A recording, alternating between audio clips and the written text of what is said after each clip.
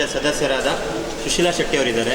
ಈ ಮಾರಿಕಾಂಬಾ ಜಾತ್ರೆ ಒಂದು ಅಭಿಪ್ರಾಯ, ಇಲ್ಲೇನು ಹೆಂಗೆ ನಡೆಸ್ಕೊಂಬರ್ತಾ ಇದ್ದಾರೆ ಅಂತ ಒಂಚೂರು ಮಾಹಿತಿ ಕೊಡಬೇಕಾ? ಎಲ್ರಿಗೂ ನಮಸ್ಕಾರ. ಒಂದು ಮಾರಿಕಾಂಬಾ ಒಂದು ಏನಿದೆ ಜಾತ್ರೆ, ಇದು 2026ರ ಒಂದು ಅತಿ ವಿಜೃಂಭಣೆಯ ಜಾತ್ರೆ ಅಂತ ಹೇಳಲಿಕ್ಕೆ ನಾನು ಬಯಸ್ತೀನಿ.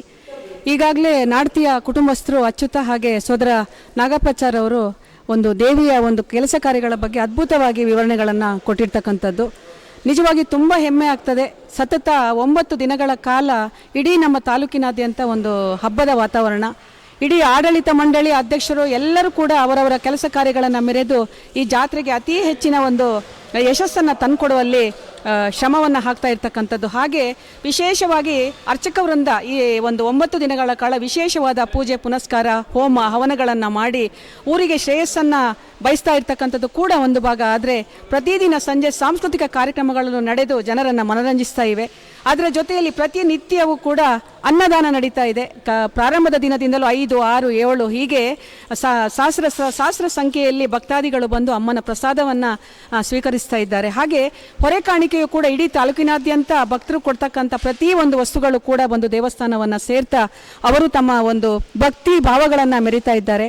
ಜೊತೆಯಲ್ಲಿ ತುಂಬ ಖುಷಿ ಆಗ್ತಕ್ಕಂಥ ವಿಚಾರ ಅಂತ ಹೇಳಿದರೆ ಕೊನೆಯ ದಿನ ಮಾರಿಕಾಂಬೆಯ ಒಂದು ಜಾತ್ರೆಯ ಕೊನೆಯ ದಿನ ಇದೇ ನಾಡ್ತಿಯ ಜಾಗದಲ್ಲಿ ಅಂದಾಜು ಒಂದು 12ರಿಂದ 15 ಸಾವಿರದ ಒಳಗೆ ಭಕ್ತಾದಿಗಳು ಬಂದು ಮಾಂಸಾಹಾರದ ಭೋಜನವನ್ನು ಸ್ವೀಕರಿಸ್ತಾರೆ. ಸಾಯಂಕಾಲ 6 ಗಂಟೆಯಿಂದ ಈ ಕಾರ್ಯಕ್ರಮ ಪ್ರಾರಂಭ ಆಗ್ತದೆ. ಇದೆಲ್ಲದರ ಹಿಂದೆ ಒಂದು ನಮ್ಮ ದೇವಸ್ಥಾನ ಕಮಿಟಿಯ ಅಧ್ಯಕ್ಷರು ಮತ್ತು ಕಾರ್ಯದರ್ಶಿಗಳು ಪದಾಧಿಕಾರಿಗಳು ಪ್ರತಿಯೊಬ್ಬರು ಕೂಡ ಪಕ್ಷ ಭೇದವನ್ನು ಮರೆತು ಎಲ್ಲರೂ ಒಂದೇ ಮನಸ್ಸಿನಿಂದ ಮಾರಿ ಜಾತ್ರೆಯ ಯಶಸ್ಸಿಗೆ ಸಂಭ್ರಮಿಸ್ತಾ ಇರ್ತಕ್ಕಂಥದ್ದು ನಮ್ಮೆಲ್ಲರಿಗೂ ಹೆಮ್ಮೆ. ಈ ದಿವಸ ನಾವು ಕೂಡ ಮಾರಿಗೊಂಬೆಯನ್ನು ನೋಡಬೇಕು ಅಂತ ನಮ್ಮ ಒಂದು ಸೋದರ ತಂಡದ ಜೊತೆ ಇಲ್ಲಿ ಬಂದಾಗ ಅದರ ಬಗ್ಗೆ ಅದ್ಭುತವಾದ ಮಾಹಿತಿಗಳನ್ನು ಸೋದರಾಗಿರ್ತಕ್ಕಂಥ ಅಚ್ಯುತ ಹಾಗೆ ನಮ್ಮ ಧರ್ಮದರ್ಶಿಗಳಾಗಿರ್ತಕ್ಕಂಥ ದೇವಸ್ಥಾನದ ನಾಗಪ್ಪಾಚಾರ್ ಅವರು ತಿಳಿಸಿಕೊಟ್ಟಿರ್ತಕ್ಕಂಥದ್ದು ತುಂಬ ಹೆಮ್ಮೆ. ಈ ಬಾರಿ ತುಂಬ ಅದ್ಭುತವಾದ ಕಾರ್ಯಕ್ರಮಗಳ ಜೊತೆಯಲ್ಲಿ ನಾಳೆ ಅಥವಾ ನಾಡಿದ್ರಲ್ಲಿ ಕಾರ್ಯಕ್ರಮ ಸುಸಂಪನ್ನಗೊಳ್ತಾ ಇದೆ. ನಾವು ದೇವಿಯನ್ನು ಕೇಳ್ಕೊಳ್ಳೋದು ಇಷ್ಟೇ, ಪ್ರತಿಯೊಂದು ದೇವಸ್ಥಾನದ ಕಾರ್ಯಕ್ರಮಗಳ ಹಿಂದೆ ಪೂಜೆ ಪುನಸ್ಕಾರ ಹೋಮ ಹವನ ಅನ್ನದಾನ ಇಂಥ ಕಾರ್ಯಕ್ರಮಗಳು ನಡೆದಾಗ ಊರು ಯಾವತ್ತು ಸುಭಿಕ್ಷವಾಗಿರ್ತತೆ, ದೇವರು ಸಂತೃಪ್ತರಾಗ್ತಾರೆ ಅನ್ನುವಂಥದ್ದು ಒಂದು ನಾಣ್ಣುಡಿ.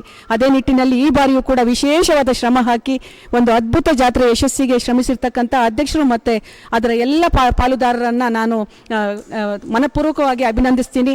ಈ ತೀರ್ಥಹಳ್ಳಿಯ ಸಮಸ್ತ ಜನತೆಯನ್ನು ಅಮ್ಮ ಸದಾ ಕಾಪಾಡಲಿ ಅನ್ನುವ ಮಾತನ್ನು ಈ ಸಂದರ್ಭದಲ್ಲಿ ಹೇಳ್ತಾ, ನನಗೂ ಕೂಡ ಜಾತ್ರೆಯ ವಿಶೇಷತೆಯನ್ನು ಮಾತಾಡಲಿಕ್ಕೆ 2 ಅವಕಾಶವನ್ನು ಮಾಡಿಕೊಟ್ಟಿರ್ತಕ್ಕಂತಹ ನಿಮ್ಮೆಲ್ಲರಿಗೂ ಕೂಡ ವಂದನೆಗಳನ್ನು ತಿಳಿಸ್ತಾ ಇದ್ದೀನಿ. ನಮಸ್ಕಾರ.